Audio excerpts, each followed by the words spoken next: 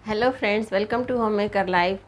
तो सभी को पता है नवरात्रि शुरू होने वाली हैं, तो आने वाली नवरात्रि और आने वाले नववर्ष संवत्सर नववर्ष की आप सभी को पहले से बहुत बहुत शुभकामनाएं। माता रानी आपके जीवन में मंगल और शुभ हमेशा करती रहें और अपना आशीर्वाद आप पर और आपके परिवार पर हमेशा बनाए रखें। आइए आज बात करते हैं नवरात्रि के दिनों में घर पर लाई जाने वाली कुछ खास चीज़ों के बारे में। पंचांग की माने तो चैत्र प्रतिपदा के दिन से नवरात्रि की शुरुआत होती है और नवरात्रि के ये जो 9 दिन हैं वो माता दुर्गा जी को समर्पित रहते हैं। इस साल जो चैत्र नवरात्रि है 30 मार्च से शुरू हो रही है, तो 30 मार्च यानी प्रतिपदा के दिन कलश स्थापना की जाएगी और कलश की पूजा की जाएगी। इस साल चैत्र नवरात्रि में कई विशेष योग भी बन रहे हैं, जिसके कारण चैत्र नवरात्रि इस बार 2025 में विशेष फलदायी है। नवरात्रि के दिनों में जितना महत्व पूजा पाठ आराधना का भक्ति का होता है, उतना ही महत्व होता है कि घर में इस समय कुछ चीज़ें जो हम लाते हैं, उन चीज़ों चाहे भी किसी भी रूप में हो, उनका भी बहुत महत्व होता है। इसीलिए मंगल कार्यों की शुरुआत के लिए कहते हैं ना, नवरात्रि के दिनों की शुरुआत की जाती है।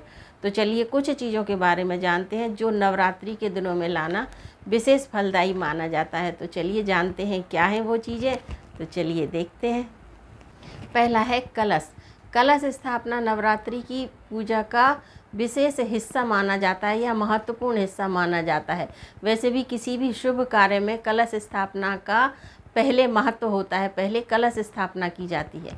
तो नवरात्रि के दिनों में कलश खरीदना बहुत ही शुभ माना जाता है। कलश किसी भी चीज़ का होता है, सोना चांदी पीतल तांबा या मिट्टी, किसी भी चीज़ का कलश आप खरीद सकते हैं।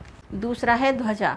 नवरात्रि के दिनों में लाल रंग की ध्वजा खरीदकर अपने घर के मंदिर में रखना बहुत शुभ होता है और नवमी के दिन इसको माता जी के मंदिर में अर्पित करने से सारी मनोकामनाएं पूर्ण होती हैं। वैसे भी ध्वजा प्रगति का प्रतीक मानी जाती है, तो इसको खरीदना बहुत ही शुभ माना जाता है। तीसरा है कमल का पुष्प। देवी लक्ष्मी को कमल का पुष्प अति प्रिय होता है, इसलिए वो कमल के पुष्प पर विराजती हैं।